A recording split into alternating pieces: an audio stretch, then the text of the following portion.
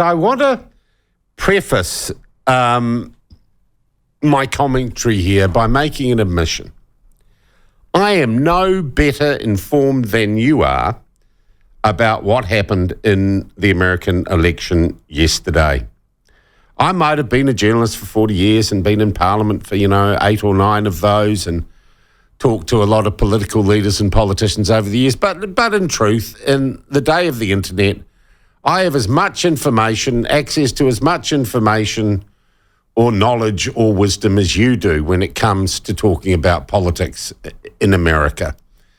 So I'm kind of saying don't put too much weight in what I say. It's just my observation that comes from a background of a long time in journalism.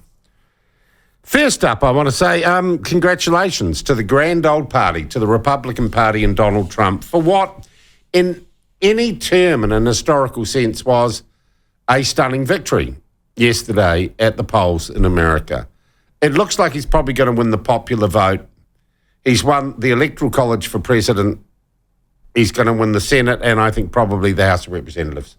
So that is the clean sweep. That is an endorsement that most Americans, and let's think about politics as basically going to market with your political ideas or with your candidacy. You go to market, you put up your sign, you say, here's what I'm selling. Do you want to buy? Do you want to spend your vote on me or do you want to spend your vote on someone else? And quite clearly, Donald Trump and the GOP had something that more Americans wanted to buy than Kamala Harris and her lot. He had the more popular product and the more popular offer on the day, and that, folks, is the way that democracy works. And despite the wailing and gnashing of teeth from the left of American media, and I guess we're talking MSNBC, we're talking the Jon Stewarts, we're talking all the liberals, because America does have actually a sustainable and rather large right-wing media too, and Fox and outfits like that. But despite a media that was inherently biased against him, despite the irrelevant clutching of pearls by Radio New Zealand, the New Zealand Herald, NZME, and mainstream media in New Zealand, the people of America saw what Donald Trump was selling and they liked it. And I guess from my point of view, he was selling the idea that America is a nation that should have borders and boundaries. It's not a free-for-all for anyone who wants to wander in the back door. He also was selling the idea that traditional or more traditional values have value. He was selling the idea that the hoax of man-made climate change shouldn't be used to create a political revolution that people have no control over. And he was selling the idea, to be honest, that it was okay to be a man, and in some cases it was okay to be white. And Americans responded to all those offerings by saying, yeah, we're with you on that. The deplorables, the great unwashed, the garbage said, we like it and we all get a vote. And interesting, some of the demographics that went his way, black men. Black middle-aged men and young men like Donald Trump in numbers that were not expected. And what was on offer at the other cake stall? Well, a message that you may not know it, but this is what we are, what you need, even though you're not telling us that. Believe us, we know better than you. We who wear the lanyards, who believe in critical race theory and post-colonialism and super diversity and safe spaces, that we know what is good for you better than you do. And Trump's message did not have that arrogance. It did not have trust us to know what you want. Trump listened, and then he reflected back what he heard in his campaign, and it was a very clever campaign. So he responded, and that's the way democracy works. You don't give people the medicine you think they want, you give them what they want. or you promise what they wanted. As we know, most often in politics, it's not delivered, and you get turfed out and someone else comes along and gives it a crack. But quite clearly, it was a campaign in which one side listened and then reflected and then spoke having listened, and the other side just spoke.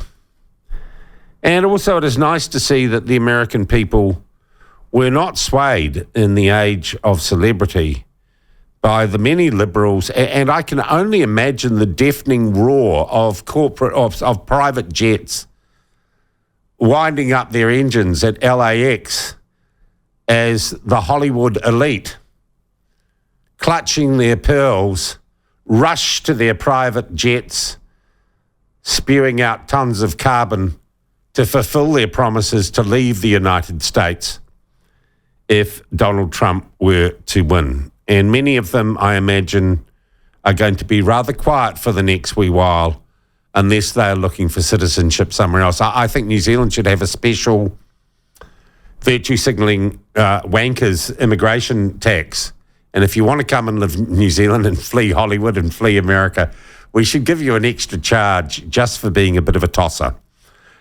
George Clooney, you'd be top of the list probably for that. But all those who endorsed Kamala Harris and said democracy would be over and the Nazis would win, well, they all look rather stupid now, don't they? As do the New Zealand journalists who were sent over there to hang out with no mates in hotel lobbies and conference centres and pretend that they knew any more than you or I about what was going on. And all those reporters who wrote pieces and all those editors in New Zealand wrote pieces about how bad a Trump would be win would be for America and for the world. This is not the end of the world. It is a moment in time. And it is a moment where I think, and I come back to this, Donald Trump has scored in an historic sense an amazing victory against the odds, against a hostile media, and in many ways a hostile world.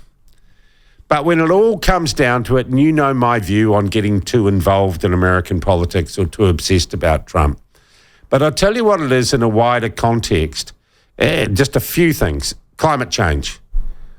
It is going to hasten the end of the madness about man-made climate change being used to surreptitiously cause political change around the world. Trump, I believe, will not tolerate that. He will not be anti the environment. He will not be pro-pollution. But he will not let climate change become the incontrovertible argument to pull down capitalism, destroy primary agricultural production, and stop the world growing food and feeding itself. Trump will, I believe, help turn that ship of madness around. I also believe that just in a wider sense, the election of Donald Trump is another serious blow to the world of woke. A world which middle voters and average voters in democracies around the world are thoroughly sick and tired of. It is a blow against drag queens reading stories to school children in public libraries. It is a blow against people saying, I can be a man when I'm a woman and I can be a woman when I am a man. And when you take out the woke, we can get back to the real world. So for that reason, I personally believe it needs to be celebrated.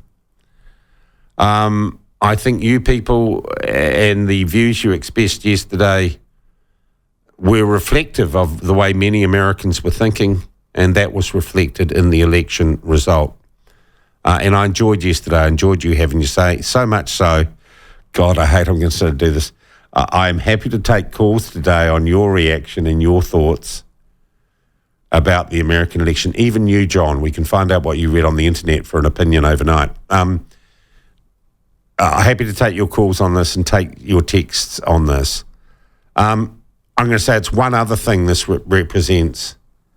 It is another death knell to the credibility of legacy media, particularly in New Zealand. You all know what you saw, the sort of coverage you saw, the tone of the people sending this guy Shane Tapo. Is it Stuff or NZB sent Shane Tapo to America? Jenna Lynch was apparently anchoring their election coverage out of Auckland yesterday. The liar Lloyd Bear was doing it for Stuff. These people had no idea. But it was very clear from, the coverage of RNZ and others who they wanted to win. And they thought if they wrote stories saying they were going to and how terrible it would be if Trump won, that they would. And they've been showing up for the lying amateurs they are. Their prejudice, their bias, their lack of impartiality has been exposed again for all the world to see. And they read the polls and interpreted the polls the way they wanted. And they once again were dead bloody wrong. So a good day for democracy yesterday and a good day for news because things are going to change and alter, not all of them for the better for New Zealand if we think about tariffs and other stuff. But we have a result. Democracy has worked. And I personally believe the world is on a better course as a result.